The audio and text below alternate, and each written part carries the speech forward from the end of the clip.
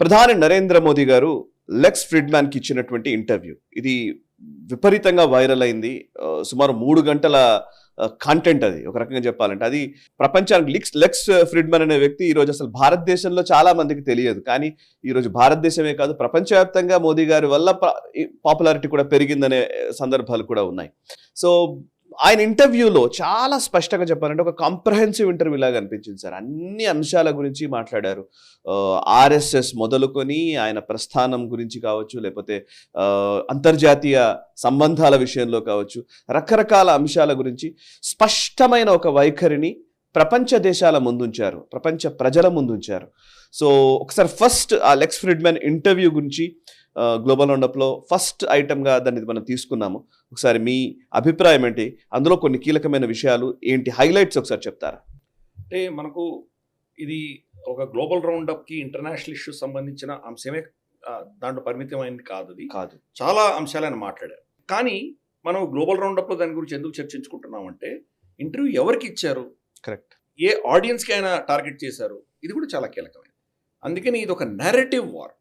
ఎందుకంటే మోదీకి వ్యతిరేకంగా చీఫ్ డిస్ట్రక్టర్ అని, ఇటువంటివి ఆయన చాలా ఫ్యాసిస్ట్ అని ఏంటంటో ఆయన పదాలు పెట్టి మనం చూసాం కదా. వెస్ట్ ఎలా ఈయనని చిత్రీకరిస్తుందో, ఒక రాక్షసుగా చిత్రీకరించడం, ఒక హిట్లర్గా చిత్రీకరించడం, ఒక యాంటీ మైనారిటీస్గా చిత్రీకరించడం, ఏదో హిందుత్వవాది అనడం, ఇటువంటి చాలా నేరేటివ్స్ ఆయనకి వ్యతిరేకంగా తీసుకొచ్చారు.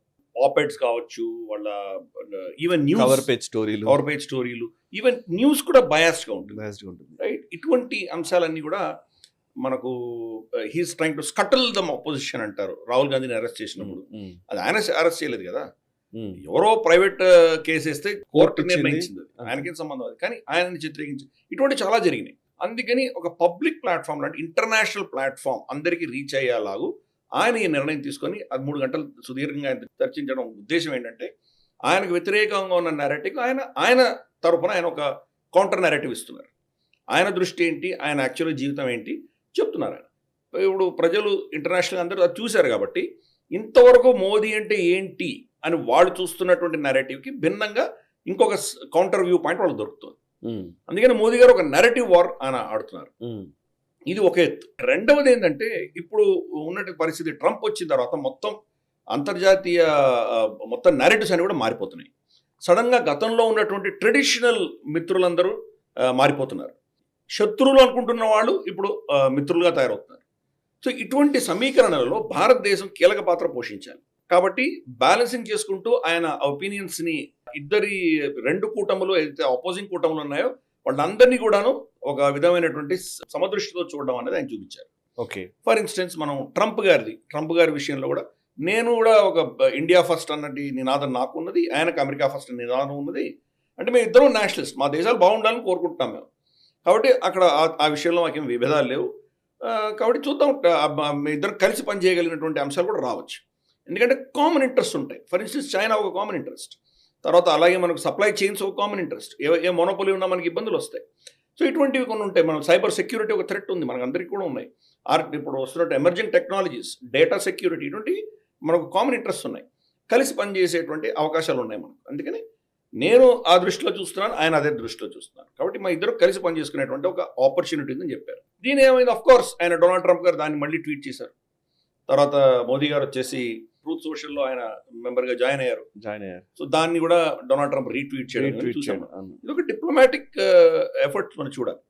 ఎగ్జాక్ట్ కాంట్రాక్ట్స్ చూస్తే కాంట్రాస్టింగ్ మనం చూసామంటే జెలెన్స్కీ ఏమయ్యాడు అక్కడ వైట్ మన దీంట్లో ఓవల్ ఆఫీస్లో అతను కంప్లీట్గా ఇన్సల్ట్ అయిపోయి వెళ్ళిపోయాడు. దానికి complete diametrically opposite. In fact even European leaders కూడా, Keir Starmer UK prime minister, ఆయన యుఎస్ఏకి వెళ్దామని ప్లాన్ చేస్తున్నప్పుడు ఎవరో రిపోర్టర్స్ అడిగారు డొనాల్డ్ ట్రంప్ని, వచ్చే వారం కియర్ స్టార్మర్ వస్తున్నారంట కదా అని ఏదో అడిగితే, ఏమో వస్తానన్నాడు, ఎందుకు వస్తాడో నాకు తెలీదు, వస్తానన్నాడు, సరే రా అన్నాను నేను అన్నాడు. అంటే ఎంత వాళ్ళ మీద ఎంత ఇగ్నోర్ చేస్తున్నారు, వాళ్ళని ఎలా ట్రీట్ చేస్తున్నారు, అదే భారతదేశాన్ని ఎలా ట్రీట్ చేస్తున్నారు అని అర్థం చేసుకోవాలి. అఫ్ కోర్స్ ఆయన ట్రాన్సాక్షన్, మన మీద టారిఫ్లు వేయళ్ళు ఇవన్నీ చేయళ్ళు, కానీ ఈ ప్రయారిటీ లిస్ట్లో మనం ఎక్కడున్నాం, వాళ్ళు ఎక్కడున్నారు, దానిని మోదీ గారు ఎక్స్ప్లాయిట్ చేశారు. రెండవది, వ్లాడిమిర్ పుటిన్ని, జెలెన్స్కీని ఇద్దరిని కూడా శాంతి కోసం మీరు ప్రయత్నం చేయండి అని చెప్పారు. I'm not neutral, I'm not non aligned, I'm completely aligned towards peace అని చెప్పాను. నేను తటస్థంగా లేను, నేను శాంతి దృష్టిలో నేను మొగ్గు చూపిస్తున్నాను. కాబట్టి ఇద్దరికి నేను చెప్పాను, వ్లాడిమిర్ పుటిన్ మొహాన్ని చెప్పాను నేను, ఇది యుద్ధాలు చేసేటువంటి సమయం కాదని చెప్పాను. అలాగే జెలెన్స్కీకి చెప్పాను, యుద్ధంలో మీరు ఏం సాధించలేరు, యుద్ధ భూమిలో ఏం సాధించలేరు, టేబుల్ మీద మీరు సాధించాలి, ఏం చేసినా అని చెప్పి చెప్పాను నేను శాంతి దూతను అన్నారు. ఎగ్జాక్ట్గా డొనాల్డ్ ట్రంప్ అదే చేస్తున్నాడు ఆయన. డొనాల్డ్ ట్రంప్ ఏమంటున్నాడు, ఎట్టి పరిస్థితుల్లో యుద్ధం ఆపి తీరుతాను అంటున్నాడు ఆయన. ఓకే. సో అందుకని ఈ కామనాలిటీస్ కనిపిస్తున్నాయి మనకు. కరెక్ట్. అలాగే ఈవెన్ చైనాను కూడా, గతంలో మాకు స్పర్ధలు ఉండేవి, కానీ ఒక కుటుంబంలో స్పర్ధలు ఉంటాయి, కానీ దాని ఏదో మనం దాని సమస్యలకు పరిష్కారం తీసుకురావాలి. ఇప్పుడు ఎల్ఏసి దగ్గర మాకు కొంత శాంతి నెలకొంది, మెల్లిమెల్లిగా మా ఇద్దరి సంబంధాలు కూడా కొంత నార్మలైజ్ అయ్యే దిశగా వెళ్తున్నాయని చెప్పారు. ఇది వాళ్ళు అఫ్ కోర్స్ ఇమ్మీడియట్గా స్వాగతించారు, చైనీస్ రిప్రజెంటేటివ్ కూడా స్వాగతించారు. సో ఎవరిని కూడా అందరినీ కలుపుకొని వెళ్లే దిశగా, భారతదేశం ఎవరికి శత్రువు కాదు, అందరితోటి మైత్రి పెట్టుకునే దిశగా మేము ప్రయత్నం చేస్తున్నామని ఒక బిగ్ నేరేటివ్ పెట్టారు. ప్రపంచంలో పోలరైజేషన్ నేరేటివ్ మనం చూసాం కదా, భారతదేశం రష్యాని ఖండించట్లేదు కాబట్టి మీరు రక్త పిపాసులు, చనిపోయినటువంటి యుక్రెయిన్ సైనికుల రక్తం మీ చేతిలో ఉంది, ఇటువంటి డైలాగులను కొట్టిన వాళ్ళందరూ ఇంక్లూడింగ్ జెలెన్స్కీ, మోదీ గారు భారతదేశం సమర్థన కావాలని కోరుకుంటున్నారు. అందుకని ఇదంతా కూడా ఆయన స్పీచ్ అంతా కూడా ఒక ఇంటర్నేషనల్ నెరేటివ్గా మనం భావించాలి. దీని యొక్క ట్రాక్షన్ కావచ్చు, దీన్ని రెస్పాన్సెస్, ఆ దేశాల నుంచి రెస్పాన్సెస్ కావచ్చు, జెలెన్స్కీ కావచ్చు, మనకు పుటిన్ కావచ్చు, షీ జిన్పింగ్ కావచ్చు, లేదా మనకు డొనాల్డ్ ట్రంప్ కావచ్చు, వీళ్ళందరూ కూడా పాజిటివ్గా రెస్పాన్స్ అయ్యారు. సో అందుకని ఇది ఒక ఎక్సర్సైజ్ ఇన్ పిఆర్ అంటారు కదా, పబ్లిక్ రిలేషన్స్ అంటామా, లేదా ఒక నేరేటివ్ వార్ అంటారు. నేను ఒక నేరేటివ్ వార్ కింద చూస్తాను నేను. మోదీ గారు దాంట్లో సిద్ధహస్తులైన, అందుకని ఒక నేరేటివ్ వార్ని ఆయన ముందు తీసుకొచ్చారు. లెక్స్ ఫ్రెడ్మెన్ని వాడుకుని ఆయన థాట్ ప్రాసెస్, ఆయన ఇమేజ్ని ఇంటర్నేషనల్ స్టేజ్ మీద ఆయన సక్సెస్ఫుల్గా ప్రొజెక్ట్ చేయగలిగారు. అండ్ ఈవెన్ పాకిస్తాన్ విషయంలో కూడా పాకిస్తాన్ని భారత్ని కలిపి చూసే విధానాలకు సంబంధించి కూడా ఆయన మాట్లాడారు. పాకిస్తాన్ని నేనే ఫస్ట్ వెళ్ళి వాళ్ళతో మాట్లాడారని కూడా చెప్పారు. ఒకసారి దాని గురించి చెప్తారా? కరెక్ట్. నేను అసలు నవాజ్ షరీఫ్ని పిలిచాను నా స్వేరింగ్ సెరమనీకి. తర్వాత ఒక మిత్రహస్తం కింద నేను వాళ్ళకి ప్రపోజ్ చేశాను, ఇద్దరు కలిసి పనిచేద్దామని.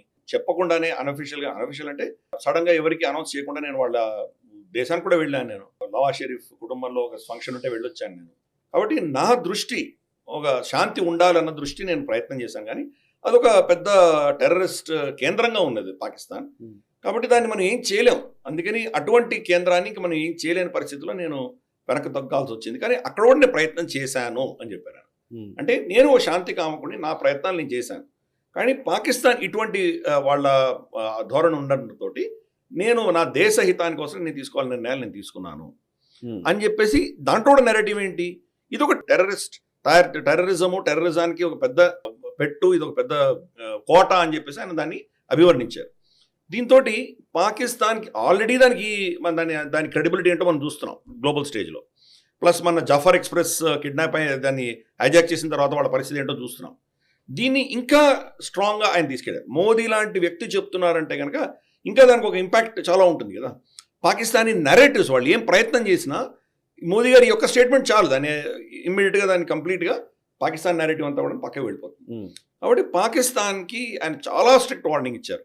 భారతదేశంతో మీరు గతంలో ఉన్నటువంటి సేమ్ ఐడియాలజీతో మీరు భారతదేశంతో మీరు డీల్ చేయదలుచుకుంటే మేము మీతో డీల్ కూడా చెయ్యము, మిమ్మల్ని ఇంటర్నేషనల్ స్పేస్లో ఐసోలేట్ చేస్తాము, ఎక్స్పోజ్ చేస్తాం.